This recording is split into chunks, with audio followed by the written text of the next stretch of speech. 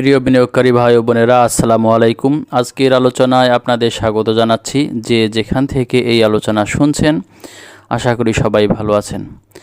আজকে আমরা নতুন একটি বই নিয়ে আলোচনা করব। এই বইটির নাম রোড টু ওয়েলথ, শেয়ার বাজারে বিনিয়োগ ও আর্থিক স্বাধীনতা লাভের উপায়। লেখক ইমরান কাদির। তিনি একজন বাংলাদেশি লেখক। আমি শুরুতেই এই বই সম্পর্কে আলোচনা করার আগে একটি ডিসক্লেমার দিয়ে নিচ্ছি। তা হলো যে এই বইটি সম্পর্কে আলোচনা করার জন্য কারো পক্ষ থেকে আমাকে অনুরোধ করা হয়নি। আমি বইটি 2023 সালের অমর 21 গ্রন্থমেলা থেকে সংগ্রহ করেছিলাম, এটা ফেসবুকে বিজ্ঞাপন দেখার পর। তো তারপর এই বইটি পড়েছি আমি, এবং পড়ে আমার ভালো লেগেছে বিধায় আজকে আমি এই বইটি নিয়ে কথা বলছি। তো যাই হোক, আমি আরেকটি বিষয় বলে রাখি যে আমার চ্যানেলে এর আগে আরও 2টি বই নিয়ে আমি কথা বলেছি। আপনারা যারা এই বই দুটির আলোচনা শুনেননি, তারা এই চ্যানেলের প্লেলিস্টে আলোচনাগুলো দেওয়া আছে, সেখান থেকে আপনারা কিন্তু সেটি শুনে নিতে পারেন। এই বইয়ের লেখক তিনি 2007 সালে বাংলাদেশের শেয়ার বাজার ঢাকা স্টক এক্সচেঞ্জে তিনি বিনিয়োগ শুরু করেন।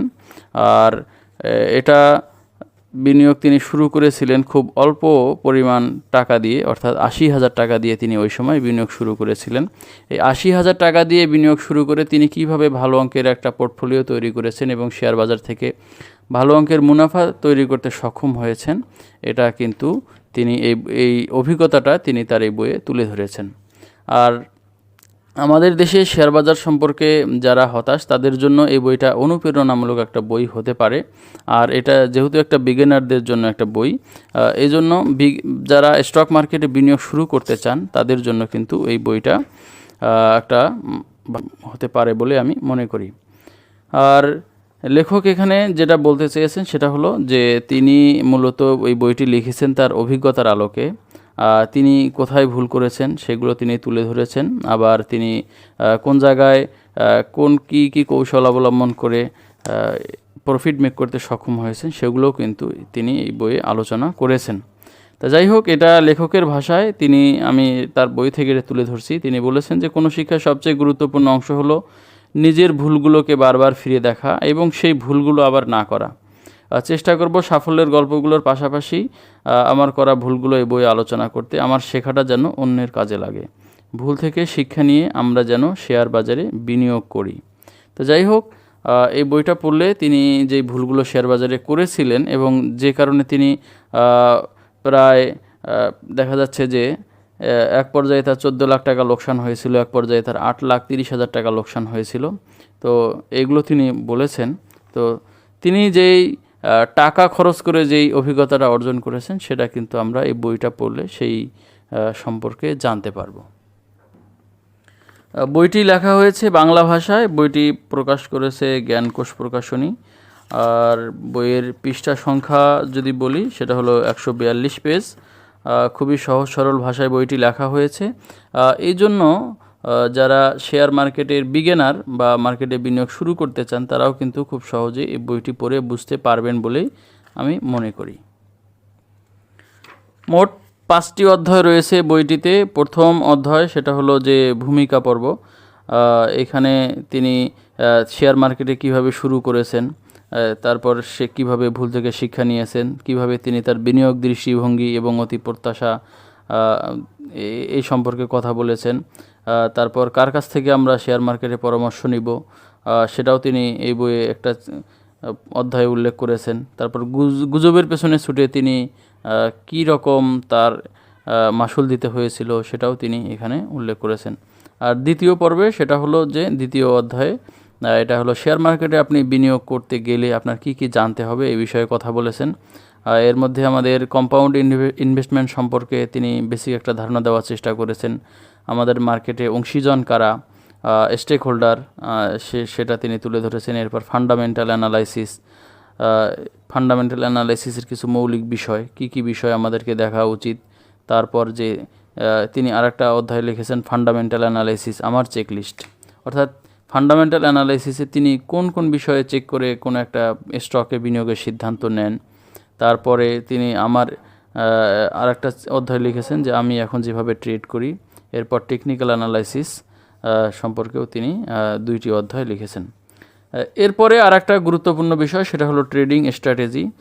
আমরা জানি যে মার্কেট 3 ধরনের মুভমেন্ট করে, একটা হলো বুল মার্কেট, একটা হলো বেয়ার মার্কেট, আর একটা হচ্ছে সাইডওয়েজ মার্কেট। এই 3 ধরনের মার্কেটে আমাদের কি ধরনের ট্রেডিং স্ট্র্যাটেজি নেওয়া উচিত বা কোন পরিস্থিতিতে আমাদের ট্রেডিং স্ট্র্যাটেজি কী হওয়া উচিত, এগুলো কিন্তু এই বইয়ে তিনি তুলে ধরেছেন নিজস্ব অভিজ্ঞতার আলোকে। এর পরের চ্যাপ্টারের অধ্যায়ের শিরোনাম সেটা হচ্ছে যে হয়ে উঠুন দক্ষ। আমরা জানি যে শেয়ার মার্কেটে ট্রেডার এবং ইনভেস্টর আমরা এই 2 ধরনের পার্টিসিপেন্ট দেখতে পাই।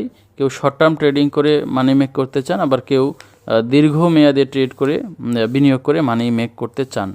তো যাই হোক, আপনি ট্রেডিং করতে হলে আপনাকে কি বিষয়ে দক্ষ হতে হবে, আবার আপনি যদি একজন ইনভেস্টর হতে চান তাহলে আপনাকে কি বিষয়ে দক্ষ হতে হবে, এটা নিয়ে কিন্তু একটা অধ্যায় রয়েছে, আলাদা অধ্যায়।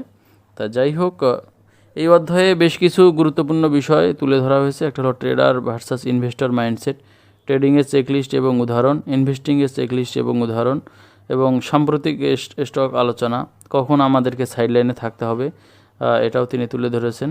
তারপর কয়েকজন এক্সপার্টে টক, তাদের কথাবার্তার আলোচনা এখানে রয়েছে। তারপর আর একটা বিষয় হলো মনে রাখতে হবে, এখানে একটা অধ্যায় রয়েছে যে আমাদের শেয়ার মার্কেটে বিনিয়োগ করতে গেলে কি বিষয় আমাদের মনে রাখা উচিত, সেই বিষয়ে তিনি কথা বলেছেন।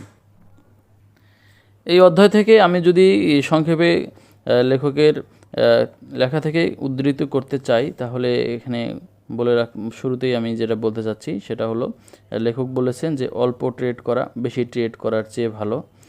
একসাথে একটি ভালো ট্রেড নেওয়ার চেষ্টা করুন। কখনোই একটি ট্রেডে প্রবেশ করবেন না যদি আপনার প্রফিট টার্গেট, স্টপ লস বা ট্রেইলিং স্টপ লস জানা না থাকে। সর্বোচ্চ হতাশা থাকে মার্কেটের ডাউন ট্রেন্ডের বটমে, আর সর্বোচ্চ আশা থাকে আপ ট্রেন্ডের চূড়ায়। ট্রেন্ড ফলোয়িং অর্থ আনে, ট্রেন্ড ফাইটিং অর্থ হারায়। এরকম আরও বেশ কিছু বিষয় যেগুলো স্টক মার্কেটে বিনিয়োগের ক্ষেত্রে আমাদেরকে মনে রাখা উচিত, তিনি এখানে এই চ্যাপ্টারে তিনি সেটা উল্লেখ করেছেন।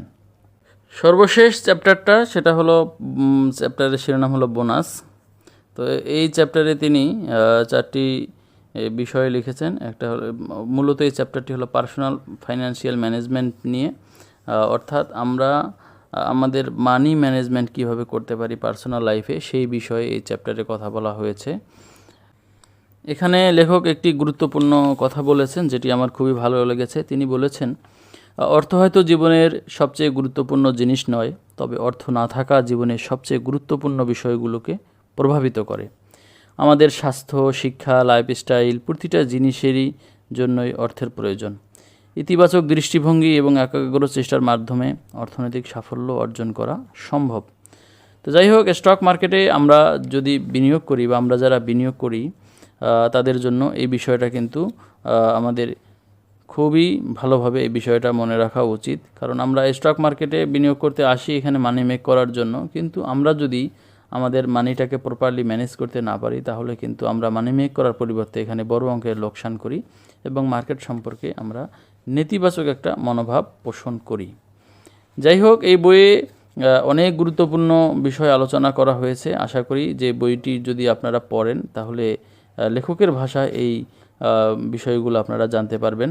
আর একটা জিনিস এই বইয়ে খুব সুন্দর করে উল্লেখ করা হয়েছে, বিভিন্ন চ্যাপ্টারের, প্রত্যেক চ্যাপ্টারের শুরুতেই স্টক মার্কেটের যারা মার্কেট সম্পর্কে বিভিন্ন বই লিখেছেন বা মার্কেটে বিনিয়োগ করে বা ট্রেড করে যারা সাকসেসফুল হয়েছেন তাদের বিভিন্ন জনের উক্তি কিন্তু এই প্রত্যেকটা চ্যাপ্টারের শুরুতেই তুলে ধরা হয়েছে। এটা খুবই ভালো একটা দিক, কারণ আমরা যদি এই বইটা পড়ি তাহলে কিন্তু এই বইটা পড়ার মাধ্যমে কিন্তু আমরা শুধু আমাদের এই লেখকেরই নয়, আরও কিন্তু বিভিন্ন লেখকের যারা স্টক মার্কেটের সাকসেসফুল ট্রেডার বা ইনভেস্টর তাদেরও কিন্তু বিভিন্ন উক্তি বা কোনো একটা স্পেসিফিক সুনির্দিষ্ট বিষয় সম্পর্কে তাদের সুনির্দিষ্ট চিন্তাও কিন্তু আমরা এটা বুঝতে পারবো।